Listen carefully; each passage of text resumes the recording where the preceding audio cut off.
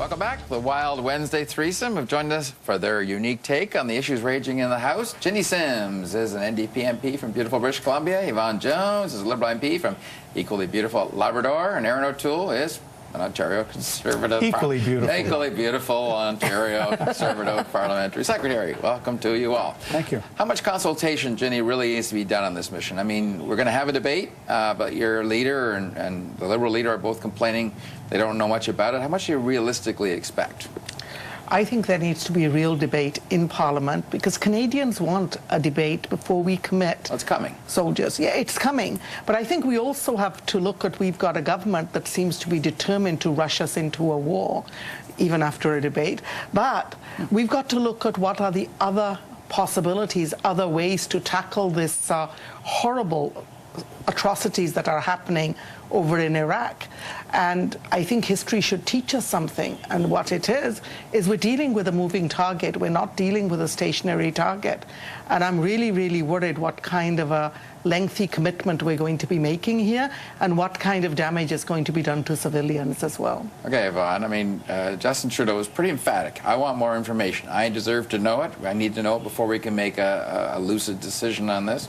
I do want to harken back a little bit to history. Jean Chrétien sent us into Afghanistan by just phoning up the opposition MPs and saying, we are gone to Afghanistan. So why should Stephen Harper have to do anything more? Because Stephen Harper made a commitment to the people of Canada. There's not a constitutional requirement to debate, but he made a commitment when he was in opposition that he would not take Canadians to war of any sort without full debate, and that's what we expect. But outside of that, I think as well that the Prime Minister has a responsibility to lead at home, and that means taking the leader of the NDP, the leader of the Liberal Party, sitting down with them, talk to them, tell them what it is that you want to bring Canada to. What is our military requirement in this? You know, what is our ability to be able to perform that requirement and respond to what is being asked? And I think that for any of us to go into the House of Commons and to have this debate, we need to be fully briefed on it. And that's the only way we're going to do justice to the people of this country in making the right decision on their behalf. Aaron, I must say, and I know you're not going to confirm this, but I'm told reliably it was raised extensively in the Conservative caucus, strong show of support for the Prime Minister's position on this. But why should Conservative MPs be told any more than the rest of the MPs? We all have voters. We all have soldiers that might be involved in this conflict. Shouldn't it be out there for everyone at the same time? Absolutely, it will be. There's been no decision made, Don. I think what my colleagues conveniently omit is, from the start, the Prime Minister has proceeded very cautiously here. There's been no rush to action, and in fact, the advisors that were deployed, there was automatically a review period of 30 days put on to see the international effort organized by President Obama that involves Gulf states. How is the impact after 30 days? Are our advisors helping? Only a third of them actually got there. That was a limited. So you can see we've approached this very, very strategically to be limited and to make sure that each step was watched carefully. And the Prime Minister has always said that if anything ever comes that would be of a combat nature, that would come to the House for a debate and a vote, as it should be. All members will take part in that debate. But what's been funny has been the evolving politics on this, where at first the NDP said any type of deployment at all should be debated. Yep. The Liberals supported it. Now, some sort of intervention, now they don't. It sounded like Justin Trudeau's questions were written by Tom Mulcair today. We supported the 30-day operations. That's different from a combat mission. And you've got to understand that. The first request was for 30 days to do training, to give advice. That is what was supported by our party. Right now, what the ask is of the federal government, from what we can understand from Harper's comments in the U.S., because we didn't get much in the House of Commons, is that they want to step this up. If you're talking F-18s, you're talking combat. Either way you look at it, whether it's boots on the ground, as people like to call it, or planes in the air, when you start dropping missiles, you're into a combat position. I thought Justin Trudeau supported that, though. I thought that Justin Trudeau supported the idea of sending in our CF-18s to join the coalition. And am I misreading that? He did support that, and I think this is what it comes down to. We've got flip-flopping on one side, and we've got let's rush and get in there. And you know what? We haven't had that debate, and we don't have the information.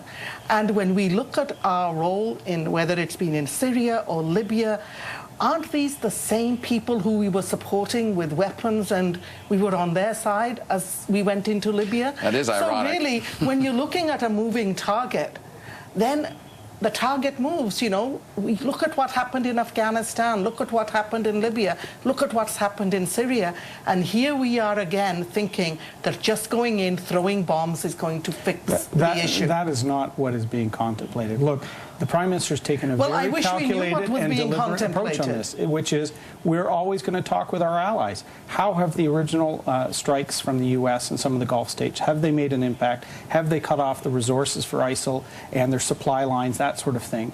Canada has always, through our history, played a role that's commensurate with our size and ability. So if we're asked by our allies, we should bring to the House a question of can we help in a way that's strategic, helpful to our allies and the cause of peace and security, and is limited in scope and time. That's what will come to the House at some point if the government makes a decision. And is why that okay with isn't you, it in the Yvonne? House? I mean, what are you hearing that's you're objecting to so far? Well, today we don't have anything to object to because we don't know what they're proposing. And, you know, every now and then we're getting snippets of something in the media that the Prime Minister is dropping in a press conference here or there. Has anyone actually stood in the House of Commons and said to Canadians, this is what we want to do, this is what we're prepared to do, and this is what our ability is to conduct this mission? Because that's the big question as well. You know, the last 5 years we were in Afghanistan, we were leasing missile defense equipment from other countries in the world. We didn't have our own equipment to be able to do what that whole mission turned out to be at the end of the day. The Liberals sent our troops to Afghanistan in green uniforms. This is the fare that we have given today. the troops what they need when they need it. It's a fear that we have today. Last quick word, We have a Jenny. government that really wants to rush into this war, is appearing more hawkish than even people to the south of us and around the globe. That's right. And what I'm saying is what we need is to take a deep breath and let's take a look at what will actually work. Let's look at what some of the experts are saying, and then let's also assess what our position is going to be. And by now, we do have people on the ground in Iraq, and there should already have been a debate. And that debate is long overdue. We would be part of the strikes now. This has been a deliberate and careful process to listen to our allies, see what the need is.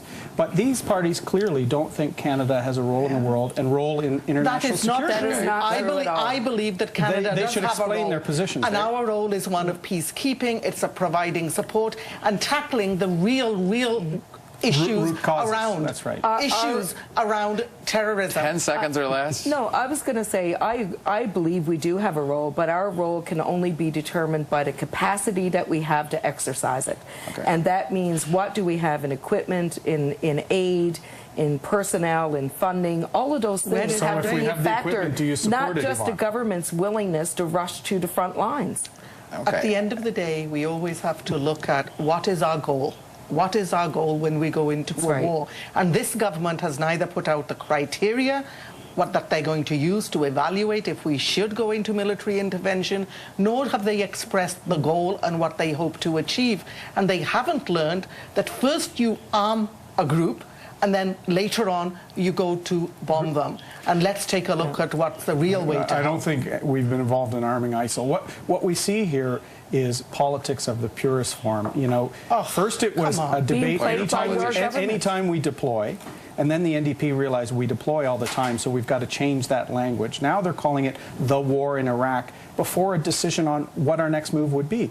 We not only the public were informed of advisors going. There is a war in Iraq with a 30-day window. The Minister of Defense and the Chief of Defense Staff then appeared at an all-party committee. This has been discussed, and the time limit is this weekend of that 30-day review. Okay. Very simple question. There will be a debate in the House and a vote on any combat role. We could not get answered in the House. It took till today or yesterday to say 26 are actually on the ground. Tomorrow, How complicated all will be could made that be? clear, right, Aaron? Tomorrow's the day? Oh, we'll find out tomorrow. All right. Let's see, We never got to Hong Kong. We're going to talk about that. But almost one better. We are now going to go to Hong Kong, where CTV's Janice Mackey-Fryer is...